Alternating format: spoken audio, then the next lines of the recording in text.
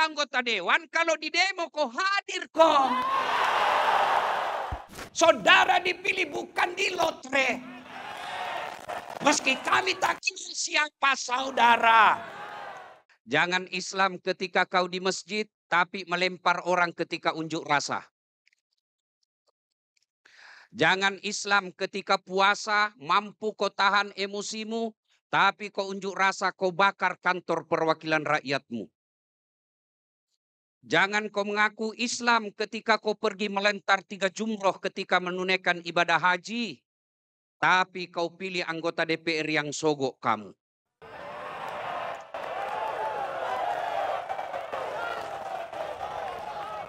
Jantom mah kau menghasut gaspol-gaspol.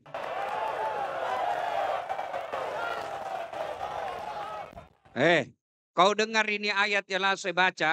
Setiap saya ceramah pasti saya baca ini ayat. Coba semua lihat ceramah saya. Pasti saya baca ayat ini. Wahai orang-orang yang beriman, masuklah engkau ke dalam Islam secara sempurna. Bukan Islam pencitraan. Bukan Islam politik. Bukan Islam pilcaleg. Bukan Islam pilkada. Islam kau secara total. Dan janganlah engkau ikuti langkah-langkah setan. Ketika kau unjuk rasa, setan bilang, ambil kau batu, ambil kau batu, ambil kau batu. Setan itu. Jangan kau ikuti langkah-langkah setan. Karena sesungguhnya, dengar ini. Sesungguhnya setan itu musuh yang nyata bagi kalian. Musuhmu bukan polisi. Musuhmu bukan tentara.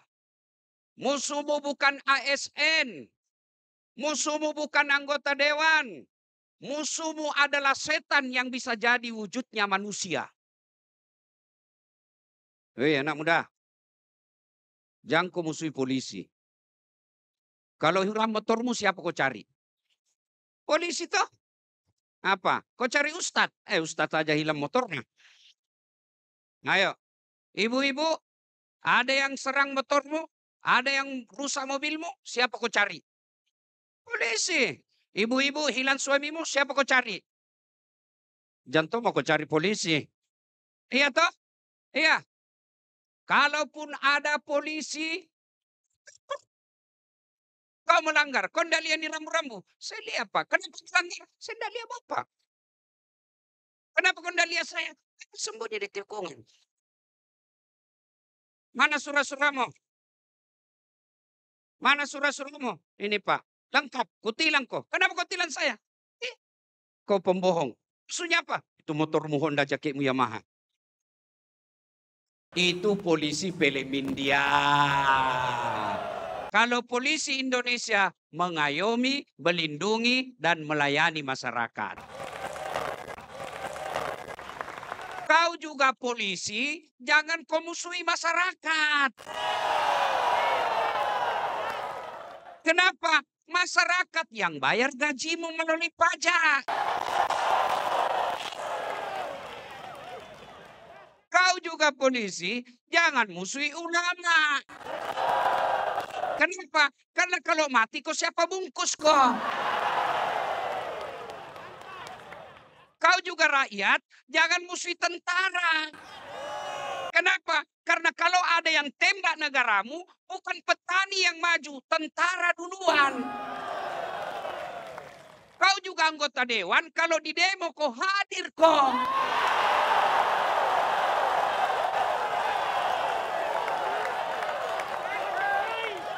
Kalau mau kau dipilih datang kok, kate mamin tu kodong kodong, kunate kate mangate manake. Sekali na terpilih kok, hilang kok. Banyak begitu. Banyak. Kau salah, kenapa kau pilih?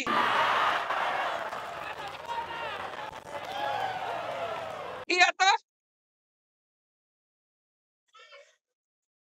Maka Allah katakan, masuk kau dalam Islam. Jangan kau ikuti langkah-langkah setan. Setan itu musuh yang nyata bagi kalian. Setan yang tidak nampak, gampang usirnya. Bacakan basmalah, lari. Tapi setan dalam bentuk kontraktor, susah. Setan dalam bentuk anggota DPR yang sombong, susah usirnya. Ya, maka Allah katakan, masuk kau dalam Islam secara sempurna. Ya, dan janganlah engkau ikuti langkah-langkah setan, karena sesungguhnya setan itu musuh yang nyata bagi kalian. Waqala idzan bismillahirrahmanirrahim. Innallaha wa malaikatahu yusalluna 'alan nabi. Ya ayyuhalladzina amanu sallu 'alaihi wa sallimu taslima. Shadaqallahul adzim, maha benar Allah dengan segala firman-Nya. Bapak Ibu, saudara-saudara sekalian, teristimewa yang kita hormati, Bapak Wali Kota Kota Makassar beserta istri. Bapak Wali Kota Makassar pada zamannya, Pak Ilham Arif Sirajuddin. Nah, Ibu Bapak saudara-saudara sekalian, yang saya hormati Forkopimda, ada Pak Sekda, ada Pak Ketua DPR, ada Pak Arya, Kombes, mudah-mudahan jadi jenderal segera.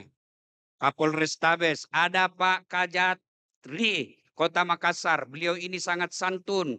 Berapa kali diundang datang ke kantornya, belum sempat-sempat. Saya datang, beliau tidak ada. Saya ada, beliau tidak ada. Namanya tidak jodoh.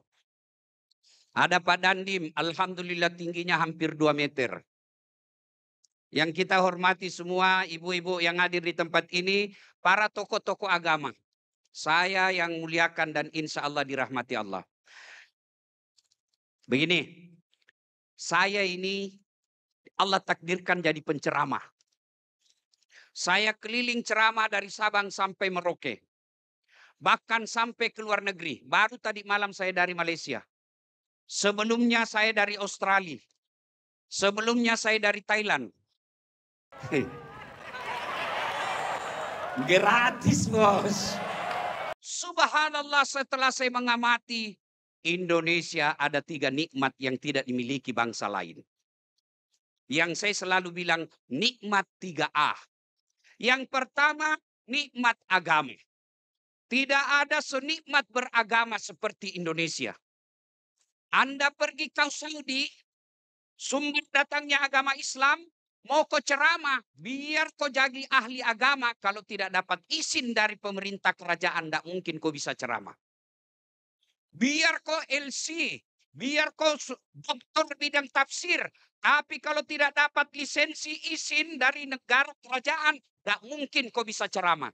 Tapi lihat negara kita Indonesia, biar artis yang baru tobat, baru 2 bulan tobat, modal jenggot sama celana jingkrang, nah kasih kafir-kafir kita karena kita beda mazhab.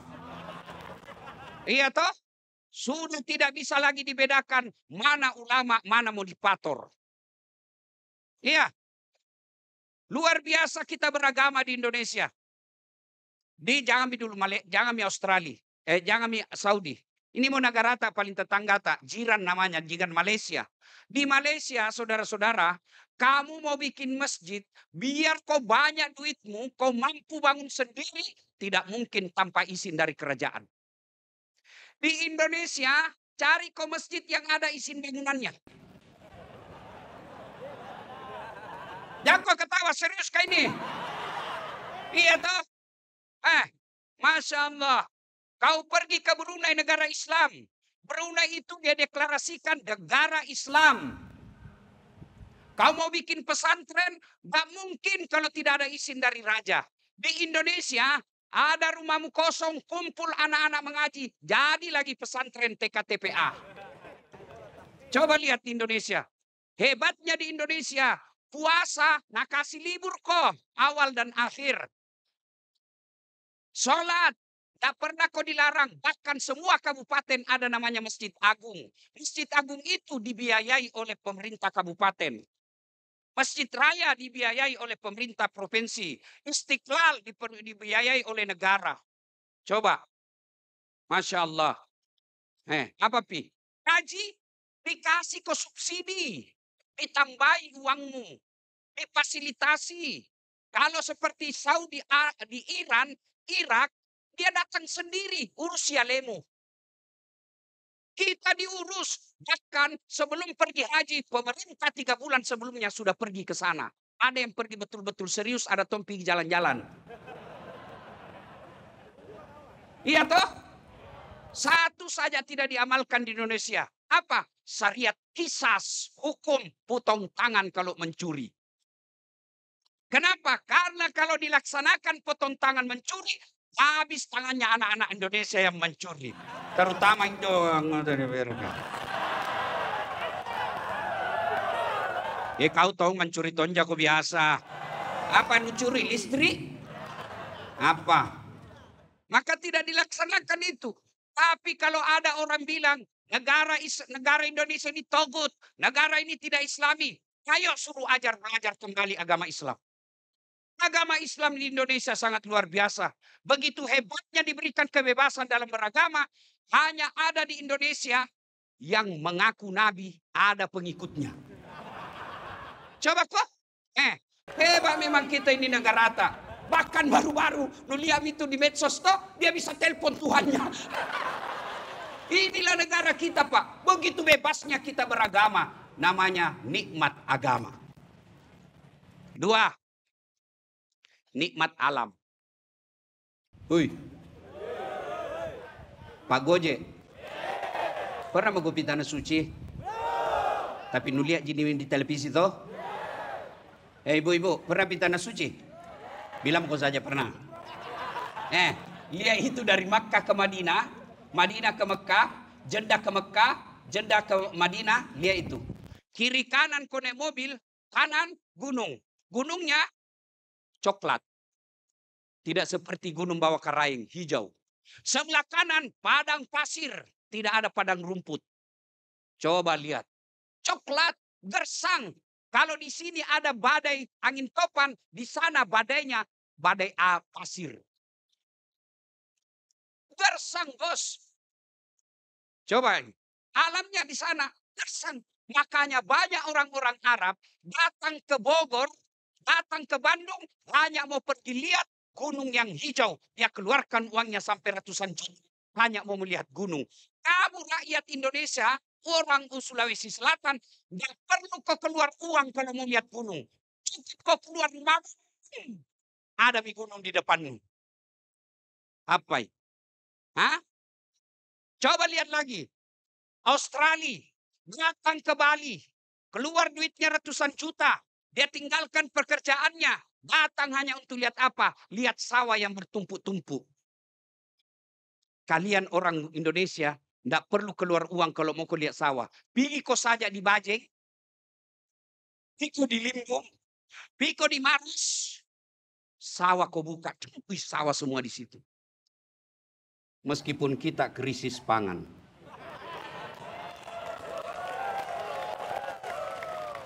Apa itu? Nikmat alam. Bos, Masya Allah. Saudi Arabia, Uni Emirat Arab, dia kaya hanya karena punya minyak. Minyak saja dia punya. Indonesia punya minyak, punya sawit, punya nikel, punya batu bara, punya emas. Rakyatnya banyak, jandanya pun banyak. Iya toh? Masya Allah. Alam kita ini luar biasa. Di atasnya ada padinya, ada sawitnya, di bawahnya sumber daya alamnya, ada nikel, ada batu bara, ada emas, ada biji dan lain sebagainya. Mestinya tidak ada rakyat miskin.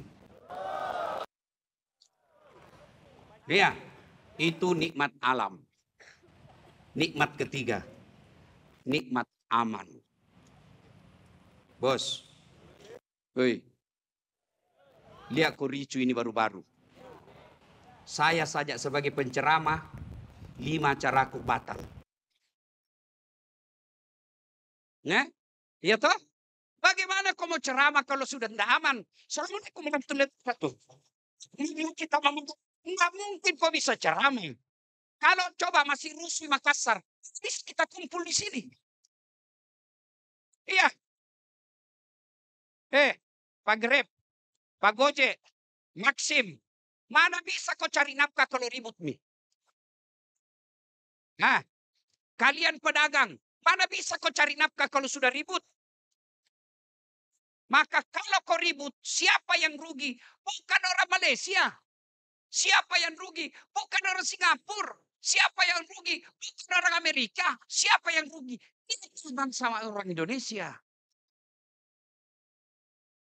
Maka menyampaikan pendapat boleh, tapi jangan mengganggu keamanan.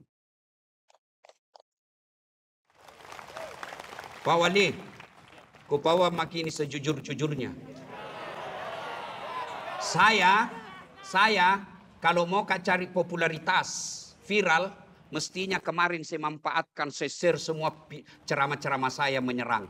Tapi apa gunanya kalau saya yang viral, rakyat saya, masyarakat saya, kampung saya ribut.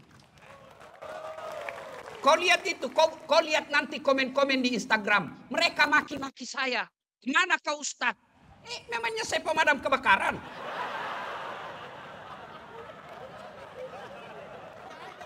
Kenapa kau diam? Memangnya saya aparat hukum.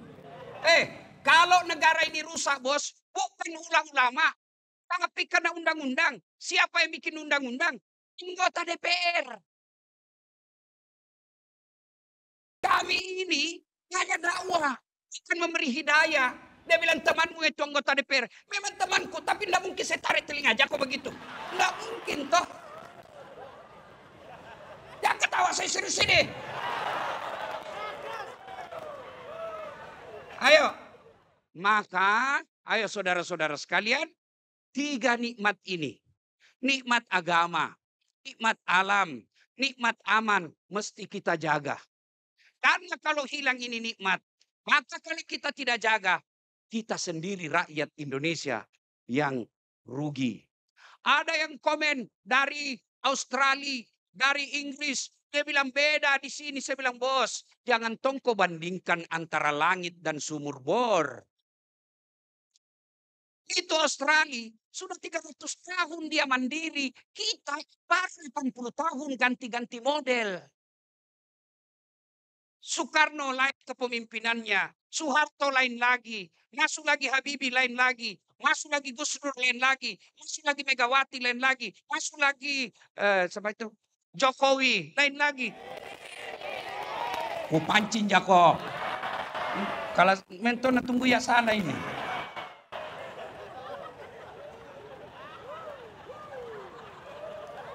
Ayo saudara-saudara sekalian. Nah, sebagai orang Islam, Islam itu agama paripurna. Allah sudah memberikan pengajaran dalam bermasyarakat. Pengajaran bermasyarakat itu ada dalam sholat berjamaah. Mau lihat sistem masyarakat berjamaah. Kalau masyarakat kita tidak Islami, saya pikir karena mereka tinggalkan sholat jamaah. Yang datang berjamaah orang tua yang sudah pensiun. Yang sudah muka-muka sakaratil maut. Anak muda tidak datang ke masjid. Pejabat tidak datang ke masjid. Anggota DPR kapan dia dengar ceramah? Hari Jumat. Itu pun paling terlambat datang, paling cepat pulang. Orang khotbah dia tidur. Saya biasa pikir, bagaimana pejabat kita tidak begitu? Mereka tidak pesantren, tidak pernah dapat ilmu agama secara mendasar. Kemudian yang dikelilingi penjilat. Mereka dikelilingi staf ahli yang penjilat. Cocok ini Pak, cocok. Yang ini. Sangin patolo-tolo. Masukku saya tuh, kan kamu dikasih staf ahli. Staf ahli itu kan 5. Oke lah, kau pakai itu sepupumu. Kau pakai tim suksesmu itu 4. Kasih kau juga staf ahlimu 1 ahli agama supaya nasihati kau. Bagaimana mau baik agamamu? Nggak pernah kau dengar ceramah. Nggak pernah kau pesantren. Nggak pernah kau sekolah agama. Nggak pernah dengar dakwah. Di sekelilingmu hanya cinta dunia. Kau lihat pangkatnya orang. Kau lihat rumahnya orang. Kau lihat bangunan rumahnya orang. Di sekelilingmu orang-orang nggak paham agama. Kapan kau dengar agama? Apa agama tidak penting? Bodoh kalau ada orang bilang agama tidak penting. Kenapa? Itu Pancasila yang mendirikan negara Republik Indonesia ini, yang mengikat negara kita. Pancasila. Yang pertama apa? Itu pesan moralnya dari leluhur kita. Kalau mau maju Indonesia, agama jangan kau tinggalkan. Kalau mau bikin undang-undang tidak pernah ditanya ahli agama. Bagaimana menurut Islam? Apakah itu diskriminasi? Tidak. Tidak diskriminasi. Apakah itu membeda-bedakan? Tidak. Panggil semua ahli agama. Ajak ngomong. Bagaimana ini kalau pajak naik? Menurut Islam bagaimana?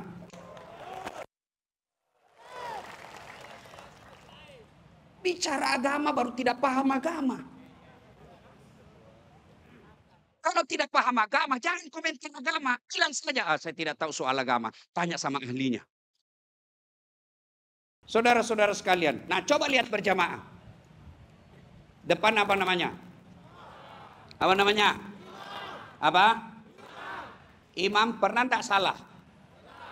Pernah tidak salah? Pernah. Iya toh? Kalau kau bilang tidak pernah, berarti tidak pernah aku berjamaah. Imam ada salahnya. Kadangkala apa? Salah sambung. Dia lupa ayatnya. Itu maknanya manusia, imam saja, pemimpin agama saja salah ngomong, apalagi manusia. Imam, mestinya dia ruku, dia pergi sujud. Pernah kejadian begitu? Pernah. Padahal rakyatnya satu masjid, itu pun sama agamanya, menghadapnya yang sama. Kemudian tidak punya kepentingan. Bagaimana lagi namanya pemimpin negara? Memimpin banyak agama, memimpin banyak suku, memimpin banyak ras, memimpin banyak kepentingan, memimpin banyak partai. Tidak mungkin mereka tidak salah. Maka ketika salah imam, jangan ikuti yang salah. Di belakangnya imam ada namanya muballaghah. Ini imam, kanan, ini. Ini kanan muballaghah. Terus ini kanan muballaghah. Ada itu kalau imam bilang Allahu Akbar, ada yang berteriak Allahu Akbar. Sami Allahu liman hamid. Rabbana lakal hamd. Jadi kana muballaghah. Berasal dari kata muballigh. Apa itu? Yang menyampaikan, bicara. Siapa ini muballaghah? Anggota DPR. Kalau imammu salah, jangan kau diam. Saudara dipilih bukan di lotre. Meski kami tak kenal siapa saudara.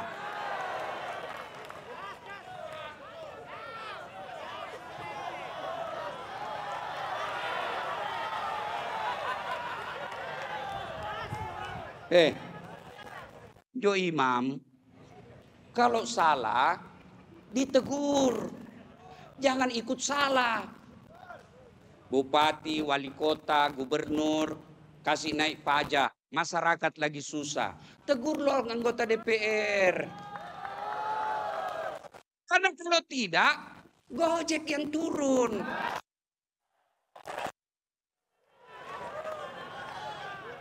Kan ada tuh namanya tahap-tahapnya. Ya kan? Anggota dewan, bicara kok kamase. Karena memang kamu digaji dan dipilih untuk bicara. Tapi bagaimana mau bicara kalau dia sendiri tidak bisa ngomong?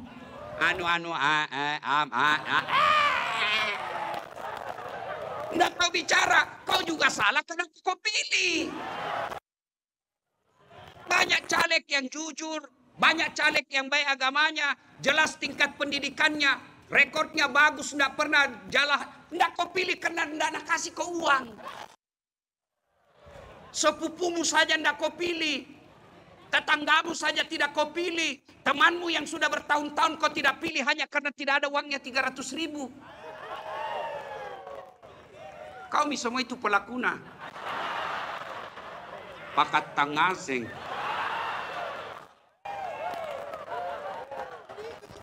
Maka yang baik kita saling memereksi. Salah imam, diluruskan. Jangan kita ikut. Namanya satu gerbong salah.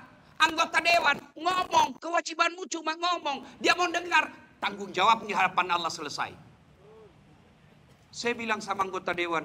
Keliru saudara-saudara sekalian. Habis duitmu miliaran. Lalu kau tidak gunakan untuk masuk surga. Bohong anggota dewan kalau tidak miliaran uangnya keluar. Bohong. Makin tinggi dewan pusat makin banyak keluar uang. Tidak ada kira-kira di bawah 10 miliar. Masa 10 miliar uangmu habis kau tidak pakai masuk surga? Bagaimana caranya masuk surga? Kau bikin peraturan yang membuat orang gampang cari nafkah. Yang membuat adik-adik kita gampang cari sekolah. Yang membuat adik-adik kita terpelihara dari akhlak yang akhlaknya baik. Kalau itu undang-undang diamalkan, meskipun kamu sudah jadi tulang belulang, amalmu telah mengalir. Karena itulah yang disebut dalam Islam amal jariah. Tapi kalau habis uangmu 20 miliar, kau bikin undang-undang yang memeras rakyat, yang menyengsarakan rakyat, tidak membuat masyarakat tenang, kamu juga dapat dosa jariah.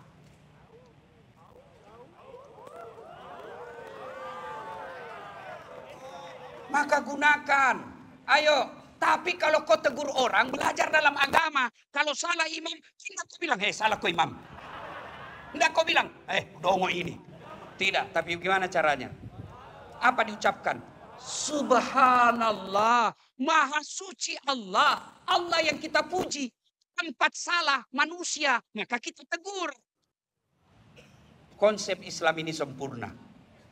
Maka dia Nabi Muhammad SAW. Ya kau minta kau ano salah. Telu carana. Kalau kau melihat kebatilan, kata Nabi, yang pertama, cegahlah dengan tanganmu. Apa ini tangan? Bahasa simbol. Apa ini? Kekuasaan. Dan dakwah melalui kekuasaan jauh lebih efektif daripada dakwah melalui lisan. Wali kota sholat berjamaah. Assalamualaikum warahmatullahi. Assalamualaikum warahmatullahi. Nah cari. Mana ini kepala dinas pendidikan? Tidak pernah tong kuliah ini dinas pendidikan datang salat berjamaah. Ajudan telepon, Pak Kadis. Nah cari kipa api Pak Wali Kota. Tidak pernah kibede dilihat pi sholat jamaah. Besok belum piasan ada itu Pak Kadis di masjid. Itu namanya dakwah melalui kekuasaan. Kapolres, saya dakwah saudara-saudara sekalian. Jangan mabuk, jangan narkoba. Marah anak muda nak kasih kempes mobilku.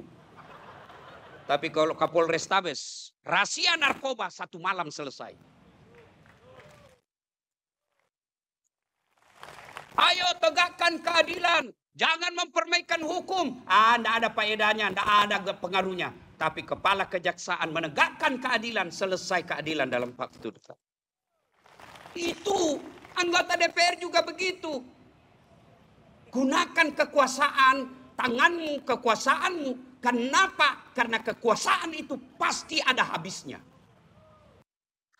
Pelajaran berharga malam ini.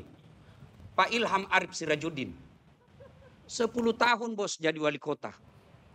Masih mau pakai lambang Garuda sini? Pakai. Lewat. Nabil, male sakit ini bapak ini.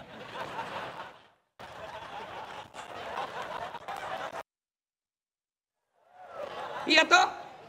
Iya. Maka apa yang tinggal? Perda dan amal-amal kebaikan yang telah dilakukan. Pak Api dan Ibu Melinda. Allah berikan kekuasaan sekarang. Tidak semua dikasih. Pak Ketua DPR, berapa Bapak kalah ikut pilih caleg.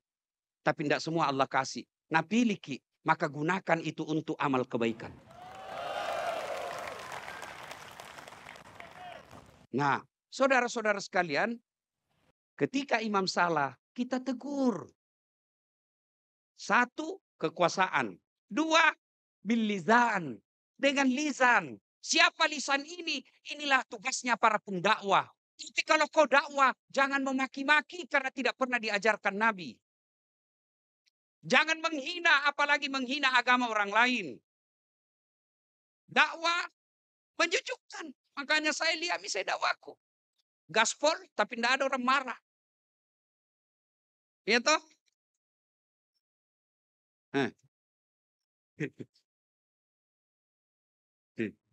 Masya Allah. Ya, sudah? Bapak Ibu saudara-saudara sekalian, kata Nabi, cegahlah dengan tanganmu. Tidak bisa kau punya kekuasaan, cegah dengan lisanmu. Bicara kau. Kau juga tidak mampu, maka kata Nabi, ketahuilah, tegur dengan imanmu. Dalam hatimu, jangan kau kasih betul, jangan kau dukung. Tapi ketahuilah, menegur dalam hati adalah selemah-lemah iman. Jelas, Mi. unjuk rasa, Dek. Saya ini sarjana sosial politik. Saya termasuk salah satu pelaku demonstrasi 98. Tapi kami waktu itu tidak pernah bakar-bakar, bos. Coba dengar, adik-adik. Unjuk rasa itu protes terhadap kebijakan lebih 90 cara. Ada juga cara namanya mogok makan. Ada begitu. Tidak setuju dengan peraturan, tidak setuju dengan sesuatu, maka dia mogok makan. Kapan dia nanti makan? Ketika nanti ditolak itu kebijakan. Mogok makan. Ada juga yang mogok nikah. Ada, siapa? Yasser Arafat. Dia tidak mau menikah sebelum Palestina diakui. Bahkan ada juga mogok kerja. Kalau tidak mau dilakukan ini kepala batu, kita mogok kerja. Ada juga model apa? Tarik uang rame-rame dari bank. Itu juga semua bagian daripada unjuk rasa. Tapi pada intinya, unjuk rasa, jangan kau menghalalkan segala cara sampai merusak negaramu sendiri. Ada saatnya diam, ada saatnya kita bicara. Nah sekarang, kalau sudah ada morat-marit seperti ini, bagaimana cara? Tadi itu salah satu caranya, ikrar kita. Kalian sudah berikrar di depan kita semua, maka itu artinya kalian akan menjadi agen untuk menjaga perdamaian di Kota Makassar. Yang kedua, paling real, jangan kau sebarkan berita-berita yang bisa menghasut. Jangan sebarkan konten-konten yang kalau kau yakin ini bisa mengancam persaudaraan kita. Apa boleh? Bukan boleh, wajib. Likulli makam makal, wa likulli makal makam. Setiap ucapan ada tempat yang cocok untuk ucapan itu, dan setiap tempat ada ucapan yang cocok untuk tempat itu. Jadi ada saatnya kita sebarkan berita, ada saatnya kita tahan. Cocok ini, biar cocok kalau kau pikir bisa rusuh Makassar, tahan. Menahannya adalah pahala. Itu berita benar, apalagi kalau berita salah. Adik-adik sekalian, kau enggak, kenapa maknanya itu Quran pertama Allah turunkan ikra, baca. Allah tidak katakan nonton. Kenapa? Karena ternyata menonton itu bisa hoax. Lihat kok, yang banyak nasalahgunakan orang ceramahku. Dilihat dosa, tidak dilihat barang bagus. Apa nak kasih lihat? Perempuan yang gaya semua begini. Coba bayangkan, itu bisa diedit, bahaya. Makanya kalau kalian nonton, kalian mendapat video-video, klarifikasi dulu. Apalagi sekarang ada namanya AI. Hah? Tahu Ji? Itu yang ku masuk. Bisa gambarnya lain, isinya lain, tapi juga lain orang bicara. Hati-hati. Berita benar saja kalau dia mengandung kemudaratan harus ditunda demi kemaslahatan umum. Apalagi kalau berita bohong kau sebarkan, kau bukan hanya berurusan sama hukum pidana, tapi juga kau akan bertanggung jawab di akhirat kelak. Bapak Ibu Saudara-saudara sekalian, banyak yang ingin kita sampaikan, tapi waktu jualah yang membatasi kita. Terus, lu kira tukang parkir? Terus,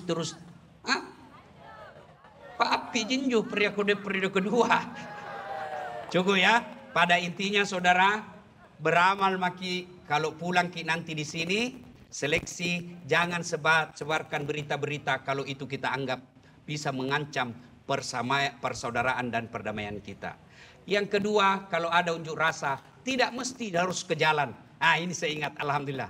Masih ingat kini itu baru-baru kejadian toh yang diblokir nomor rekening. Ya toh? Berapa orang diblokir rekeningnya? 120 juta. 120 juta rekening termasuk Nakke. Saya tidak perlu unjuk rasa. Saya tidak perlu pergi lempar-lempar. Saya tidak perlu teriak Allahu Akbar. Cukup saya bikin video sampai di telinga presiden. Buka semua, tidak perlu bayar. Sendiri ya bos. Itu yang disebut cerdas menggunakan media sosial. Semoga ada manfaat. Terima kasih Pak Api dan adik-adik KNPI. Mudah-mudahan ini jadi amal jariah buat kita semua. Tapi tidak ada gunanya bos kita kumpul-kumpul malam ini habis-habis waktu kalau kita pulang tidak saling mengingatkan perdamaian di Kota Makassar. Di sini kita hidup, di sini kita cari nafkah, di sini kita beribadah, maka kita sama-sama wajib menjaga kota yang tercinta ini. Usikum wa nafsi bitaqwallah, fastabikul khairat. Assalamualaikum warahmatullahi wabarakatuh.